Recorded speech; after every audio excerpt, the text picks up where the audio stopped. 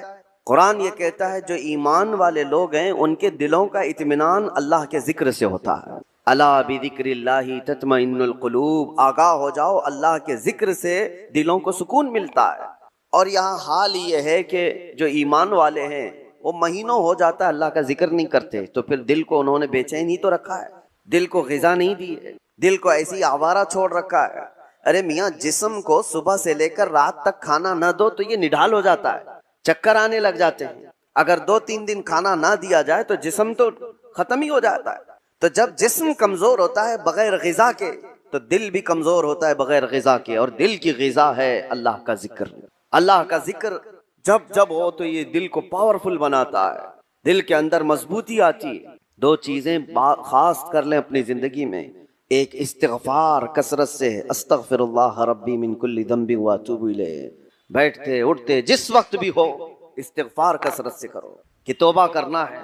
نہ جانے ہماری آنکھیں ابھی کیا کر کے آئی ہیں، پتہ نہیں ہمارے ہاتھوں نے کیا کر دیا، ہماری زبان نے کیا کیا، دن بھر کی خطائیں یہ بڑھتی چلی جاتی ہیں۔ اور ایک حدیث یہ بھی ہے کہ جب انسان پیدا ہوتا ہے نا تو اس کا دل بالکل صاف شفاف آئینے کی طرح ہوتا ہے، صاف شفاف ہوتا ہے آئینے کی طرح۔ جب وہ گناہ کرتا ہے تو ایک کالا دھبا اس کے دل پر لگا دیا جاتا ہے، ایک دھبا، پھر دوسرا گناہ کرتا ہے دوسرا دھبا، تیسرا گناہ کرتا ہے تیسرا دھبا، تو یہ دھبے، یہ داغ بڑھتے بڑھتے بڑھتے پھر پورے دل کو کالا کر دیتے، پورا دل سیاہ ہو جاتا ہے۔ اور جب دل کالا ہو جائے تو اس کی علامتیں یہ بتائی گئی ہیں کہ مسجد میں زیادہ دیر بیٹھنے کا من نہیں کرتا، قرآن زیادہ دیر پڑھنے کی طبیعت نہیں چاہتی، جلدی سے قرآن بند کر دو، جلدی سے مسجد سے نکل کر بھاگ جاؤ، نیکیوں کی طرف اس کی رغبت نہیں ہوتی، جیب میں پیسے ہوں گے لیکن کسی کو خیرات کرنے کا دل نہیں کرتا۔ تو یہ دل کے کالے ہونے کی علامات ہیں، سیاہ ہونے کی علامات ہیں۔ یہ ایکسرا مشین سے اور سونوگرافی سے معلوم ہونے والی چیزیں نہیں ہیں، یہ اللہ کے نبی صلی اللہ تعالیٰ علیہ وسلم نے بیان فرمایا۔ اب اس کے علاج کی طرف ہمیں توجہ دینی ہے۔ آج دنیا نے ہمارے دلوں کو اپنے رنگین گناہوں سے سیاہ کر ہی دیا ہے۔ دیکھیں ہم صبح سے شام تک جن کاموں میں مصروف ہیں، اب آج سب سے زیادہ ہمارے پاس کوئی چیز مشغول ہے تو وہ ہمارا T V screen, mobile screen, نہ جانے وہ کن کن چیزوں کو دکھاتے ہوئے ہماری آنکھوں کو خرید جاتے ہیں، کنٹرول بھی نہیں رہ پاتا، اسی لیے دل پر بوجھ بڑھتا جا رہا ہے۔ جس کو آپ ٹینشن کہتے ہیں، جس کو آپ لوگ ڈپریشن کہہ رہے ہیں، یہ صرف حادثات کا یا پھر دنیاوی کسی خسارے کا ٹینشن نہیں ہے، یہ دل کا سیاہ پن دماغ پر بوجھ بنا دیتا ہے، بھاری ہو جاتی ہے طبیعت۔ کچھ لوگوں کو گھروں میں طبیعت نہیں لگتی کہ بیٹھنے کا بھی من نہیں کر رہا، کھانے کا بھی من نہیں کر رہا، کسی سے بات کرنے کا بھی من نہیں کر رہا۔ یہ بہت اپر لیول پر آ گئی چیز کہ اس کی دل کی بے قراری بہت بڑھ گئی ہے، گھبراہٹ بہت زیادہ بڑھ گئی ہے۔ اسی لیے ہم صوفیہ اکرام کو دیکھتے ہیں، جب کبھی کسی کے دل کی بے چینی بڑھ جاتی، گھبراہٹ بڑھ جاتی، تو وہ کسی اللہ والے کی بارگاہ میں چلے جاتے تھے، صوفیہ اکرام کی بارگاہ میں چلے جاتے، آستانوں پر چلے جاتے، اللہ کا ذکر کرتے، پھر وہ اپنے دل کی پاکیزگی لے کر کے واپس لوٹتے ہیں۔ وجہ کیا ہے؟ اب میں علاج کی طرف آتا ہوں کہ دل کو پاک کرنا ہے تو کیا چیز چاہیے۔ کئی علاج ہیں، اس میں سب سے پہلا تو ذکر الہی۔ اللہ کے رسول صلی اللہ تعالیٰ علیہ وسلم نے جو فرمایا اس کو بھی میں آپ کے سامنے رکھتا ہوں۔ پہلے ہم چل رہے ہیں کہ اسلام میں ہر چیز کے پاک کرنے کا طریقہ بتایا گیا۔ کپڑے پر اگر نجاست لگ گئی تو پاک کرنے کا طریقہ ہے، نجاست پیشاب پخانہ کسی بھی چیز کی غلاظت لگی ہو تو اس کو پاک کرنے دھلنے کا طریقہ ہے۔ کپڑے کو 3 بار دھو، 3 بار نچوڑو، اچھے سے سکھاؤ، کپڑا پاک ہو جائے۔ برتن میں نجاست لگ جائے تو اس کے پاک کرنے کا طریقہ ہے۔ اگر پانی کی بالٹی میں کوئی نجاست گر گئی اس کو پاک کرنے کا بھی طریقہ ہے۔ فقہ میں سب کے کنویں میں نجاست گر گئی، کنواں تھا اس میں چوہا گر گیا، بلی گر گئی، بکری، کتا، جو بھی جس سائز کا ہے اس کے سب کے مسئلے موجود ہیں، کتنے ڈول پانی نکالنے پر یہ پانی پاک ہو جائے گا۔ زمین کے پاک کرنے کا بھی طریقہ ہے۔ زمین پر اگر نجاست لگی، مثال کے طور پر کسی جانور نے لید کر دیا، گوبر کر دیا، اب نجاست تو لگی ہے، اس کو پاک کیسے کیا جائے؟ تو فقہ کا قانون ہے کہ زور بارش ہو جائے یا آپ تیزی سے اس پر پانی بہاؤ اور پھر تیز دھوپ پڑ جائے، زمین سوکھ گئی تو وہ زمین پاک ہو گئی، کیونکہ اب اس کو نچوڑا نہیں جا سکتا، زمین تو جہاں ہے وہی۔ تو اس کا قانون یہ ہے کہ تیز بارش ہو گئی اور تیز دھوپ پڑ گئی، سوکھ گئی زمین تو پاک ہو گئی۔ بارش نہیں ہے تو تیز پانی مار دیا اور اس کے بعد دھوپ لگنا ضروری ہے، تیز دھوپ اس کو لگی ہو تو زمین پاک ہو گئی۔ تو یہ نجاستوں سے پاک کرنے کے طریقے۔ اب آئیے میں آپ کو بتاتا ہوں، دل پر نجاست لگی ہو یہ کیسے پاک کیا جائے؟ گناہوں کے دھبے لگے ہوں، اس میں نہ جانے لالچ، غیبت، کینہ، بغض، عداوت، نہ جانے کیا کیا چیزیں بھر گئی ہوں، یہ نجاست پاک کرنے کا طریقہ کیا ہے؟ مولانا جلال الدین رومی مثنوی شریف کے مصنف فرماتے ہیں دل کو پاک کرنے کا طریقہ ویسی ہی ہے جیسے زمین کو پاک کرنے کا طریقہ ہے۔ زمین کو پاک کرنے کے لیے تیز بارش کا ہو جانا اور تیز دھوپ کا پڑ جانا کافی ہوتا ہے کہ زمین پاک ہو جاتی ہے۔ دل کو پاک کرنے کے لیے ذکر الہی کی بارش ہونا چاہیے اور کسی شیخ کامل کی تیز نگاہ پڑنی چاہیے، دل پاک ہو جاتا ہے۔ ذکر الہی کی بارش ہو تو پانی کی طرح اس کو دھل دیتا ہے، اور اس کے بعد کسی شیخ کامل اللہ والے کی نظر اس پر پڑے تو پھر اس کا دل اسی طرح سے سوکھ کر کے پاک ہو جاتا ہے جیسے زمین پاک ہو گئی۔ آج ہمارے لیے یہی تو مسئلہ ہے کہ ہم اپنا وقت اپنے دل کی پاکیزگی کے لیے نہیں نکال پاتے، ہمارے پاس یہ وقت ہی نہیں رہ گیا۔ ہاں اگر جسم کے اندر کوئی بیماری آ گئی تو پھر بھاگیں گے، دوڑیں گے، ڈاکٹرز کے پاس علاج کرائیں گے۔ میرے عزیزو، یہ بے چینی اور بے قراری اور گھبراہٹ کا علاج ان کے پاس بھی نہیں۔ وہ ڈاکٹرز زیادہ سے زیادہ آپ کو نیند کی گولیاں دے سکتے ہیں ڈپریشن کم کرنے کے لیے، سٹریس کم کرنے کے لیے۔ آپ اچھے سے سو، گھنٹوں سوتے رہو، کسی کو سلا دینا یہ ڈپریشن کا علاج نہیں ہے۔